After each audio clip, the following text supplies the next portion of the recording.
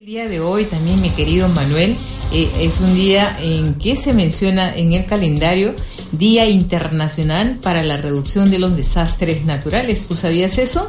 Claro que sí, y además porque hoy es el simulacro como prevención, simulacro nocturno de sismo y tsunami.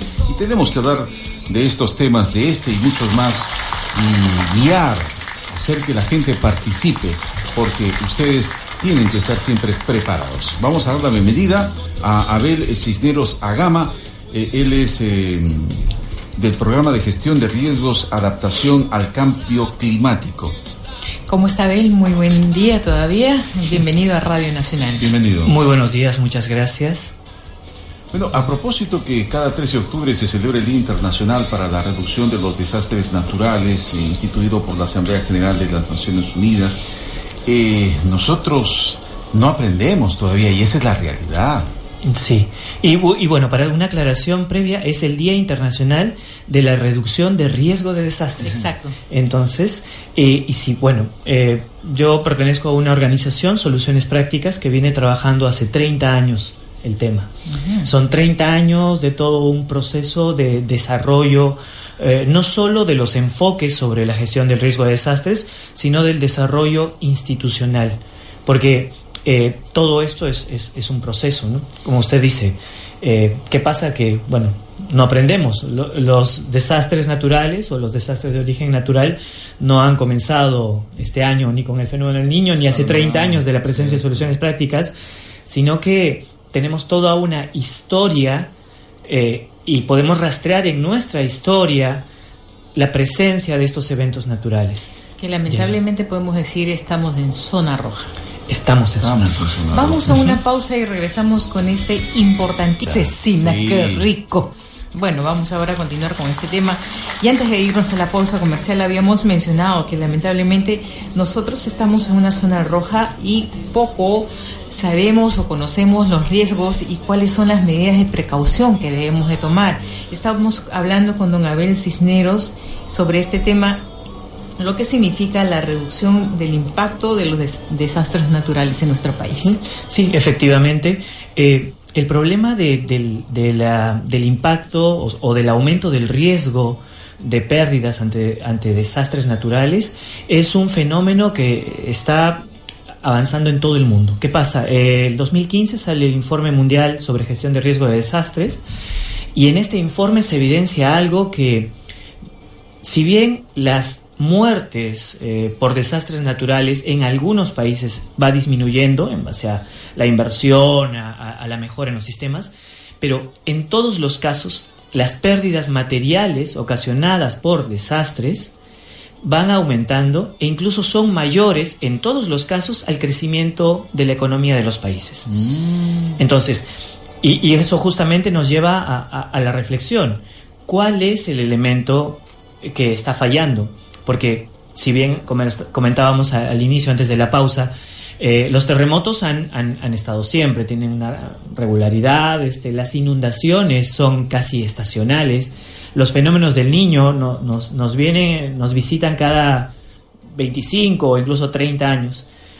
Y uno de los fundamentos que menciona la Organización de las Naciones Unidas es que tenemos cada vez un aumento de la exposición. ¿Qué quiere decir? Nuestras ciudades están creciendo y están creciendo mal, ¿no? Como Lima. Como Lima, exacto. Está creciendo hacia arriba. Y Lima no es, o sea, es el ejemplo emblemático, pero las ciudades pequeñas, las ciudades intermedias. Hablemos de nuestras provincias. Nuestras provincias, exactamente. Que todas están creciendo en forma desordenada. No hay una planificación del crecimiento, porque lamentablemente a veces las autoridades no tienen la suficiente capacidad como para ordenar cuando se dan las invasiones, y es ahí cuando vienen los problemas. Exactamente. Sí, nosotros como organización y el enfoque que venimos trabajando, nos hemos distanciado ahora un poco del enfoque de riesgos que tiene al terremoto en el eje. ¿Por qué al terremoto? Ahora trabajamos en un proyecto que se denomina Aliados ante las Inundaciones, financiado por Zurich, que es una empresa suiza, pero nos concentramos en las inundaciones justamente porque las pérdidas ocasionadas por inundaciones en todo el mundo son mayores a las pérdidas ocasionadas por sismos. ¿Tanto así? Sí. ¿Y Uno por qué? piensa lo contrario, ¿eh? Uno pensaría lo contrario, es justamente eso donde el Informe Mundial de Gestión de Riesgo de Desastres y las instituciones relacionadas a la gestión de riesgo de desastres trata de incidir. ¿Qué pasa con las inundaciones? Las inundaciones son cíclicas, llega la temporada de lluvias y en todos los lugares donde hay temporada de lluvias, incluso donde las lluvias son muy pequeñas como Lima, ocurren pérdidas.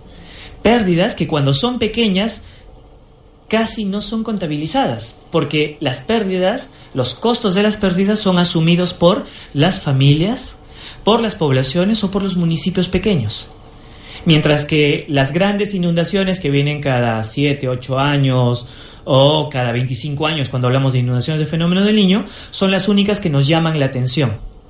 Entonces, la suma de estas pequeñas pérdidas suman más que las grandes pérdidas de los sismos. Y es algo que impacta directamente a las familias o a los municipios pequeños. Pero eso lo saben las autoridades. Se sabe. El punto con esto es que hay todo un proceso de cambio en el enfoque. ¿Qué pasa? Muchas veces nos hemos acostumbrado, porque era este el enfoque, en pensar en el desastre. Es decir, el gran sismo, la gran inundación, y orientábamos nuestros recursos a atender ya el gran sismo o la gran inundación. Mientras que un enfoque de gestión de riesgo de desastres lo que plantea es, si tenemos una inundación y afecta a una zona baja cercana al río, tenemos que preguntarnos cómo fue posible que esa zona cercana al río fue ocupada, porque es un proceso de 15 años, o sea, la gente no apareció ahí 2 o 3 días antes de la inundación, fue gente que estuvo ocupando ese territorio 10, 15 años. Cierto. Y justamente gente que por lo limitado de sus recursos invirtió durante 10 o 15 años lo poco que tenía para construir esa casa. Y es justamente esa casa en la que en una inundación se pierde. Entonces, el enfoque de desarrollo, la gestión de riesgo de desastres desde el enfoque de desarrollo, es una nueva perspectiva que ha sido contemplada en la ley, en la nueva ley de gestión. Bueno, nosotros tenemos una ley de gestión de riesgo de desastres, la 29664, que está vigente desde el año 2011.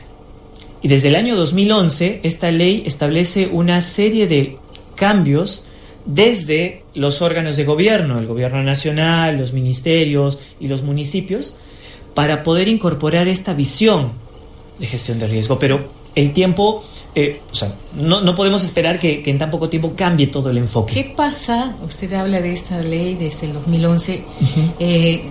Los municipios, los alcaldes son autónomos en cuanto a tomar decisiones. Y aquí viene el problema, que muchos de ellos en campaña prometen cosas para ganarse los votos.